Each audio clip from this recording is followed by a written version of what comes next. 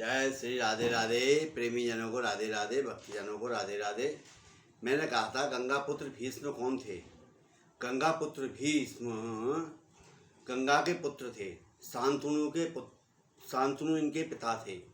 ये शांतनु गंगा किनारे टहल रहे थे जब उन्होंने एक सुंदर स्त्री देखी और उनसे इन्होंने शादी का वचन भरा।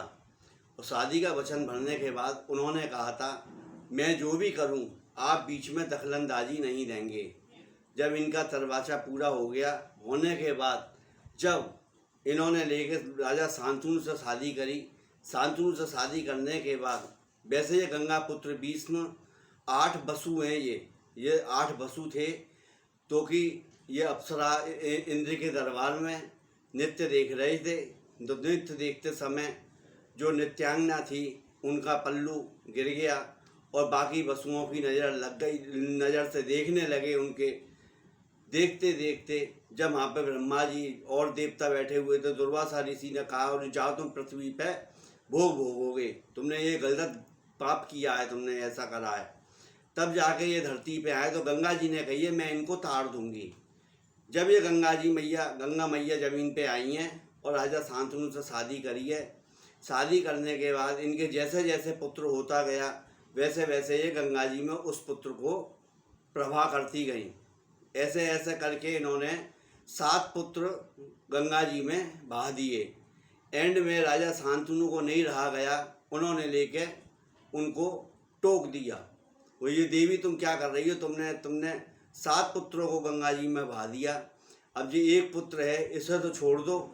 उन्हें बस मैं इसको ही ना बचने वाली थी, तुमने मुझे टोक दिया, अब मैं जा रही हूँ। तो ये गंगा अपने पुत्र को लेके गंगा मैया चली गई। इन्होंने अपने पुत्र को, इनका नाम था देवव्रत। गंगा मैया के पुत्र का जो गंगा पुत्र भीष्म जो हुए हैं इनका नाम था देवव्रत।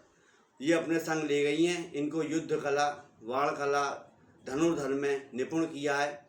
निपुण करने के बाद जब राजा शांतनु एक दिन गंगा जी के किनारे टहल रहे थे, जब उन्होंने देखा गंगा जी का वेग कैसे रुका हुआ है, जब उन्होंने देखा गंगा जी का वेग आगे बढ़े देखे तो एक बालक ने लेके बाणों से गंगा जी का वेग रोक रखा है। तब उन्होंने पूछी उससे भाई तुम कौन हो।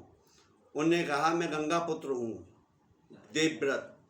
तब लेके स्वयं गंगा मैया आई हैं। गंगा मैया ने अपने उस देवव्रत पुत्र को शांतनु के सुपुर्द कर दिया। उन्हें बेटा ये तुम्हारे पिताजी हैं।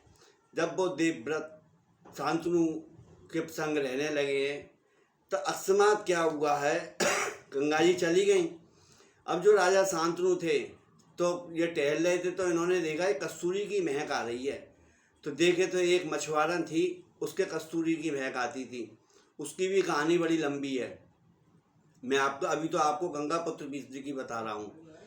तब उन्होंने लेके उस पर मोहित हो गई और मोहित होने के बाद उन्हें भाई मैं आपसे शादी करना चाहता हूँ। तो उसका नाम था मस्तगंधा। मस्तगंधा से इन्होंने फिर शादी करी है शांतनु ने। तब उन्होंने कही है उन्होंने कि भाई तुम्हारे तो पुत्र है तो फिर मेरे पुत्रों का क्या होगा, मेरा पुत्र राजगद्दी पे कैसे बैठेगा। तो तब शांतनु दुखी रहने लगे हैं, उदास रहने लगे हैं। तब गंगा पुत्र ने पूछी है देवव्रत ने उन्हें पिताजी क्या बात है।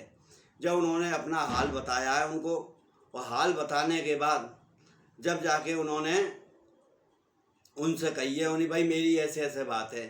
तब ये है ना मस्तगंधा के पास गए हैं। जाने के बाद उनसे कही है, कह के उन्होंने जब ली है भीष्म प्रतिज्ञा, उन्हें कि मैं शादी नहीं करूँगा, आजीवन कुंवारा रहूँगा। जो आपका पुत्र होगा वो अपने राजगद्दी संभालेगा, मैं राजकाज की देख रेख करूँगा। बस इन्होंने यही कहा राजकाज की देख रेख करूँगा, मगर ये नहीं कहा इन्होंने मैं ये भी देखूँ कि राजा कौन बनेगा और अच्छा राज्य चलाऊँगा। मगर उन्होंने वो कहने के बाद मस्तगंधा ने और राजा शांतनु ने शादी कर ली। जब ही सही गंगा पुत्र भीष्म इनका नाम पड़ गया और ये राजा की देख रेख में, अपने नज़र में देख रेख में ये राज्य चलाने लगे। इसी से फिर अगाड़ी कौरवों का वंश प्रारंभ हुआ। ये लंबा कथा बहुत लंबी है, मैंने आपको ये सूक्ष्म में सुनाई है। ये गंगा पुत्र भीष्म कौन थे। गंगा पुत्र भीष्म गंगा के पुत्र थे और 8वें वसु थे। ये 8वें वसु थे जब इनका अंत समय आया है, जब ये अपने धाम को चले गए, भगवान कृष्ण की भक्ति करी है इन्होंने और भक्ति करके ये भगवान से मुक्ति पाके अपने धाम को चले गए। ऐसे ये कथा है। जय श्री राधे राधे। नमो नारायण हरि की जय। जय श्री कृष्णाय नमो नमः। बस कृष्ण राधे कृष्ण की भक्ति करे जाओ और आनंद ही आनंद है। जय श्री राधे राधे।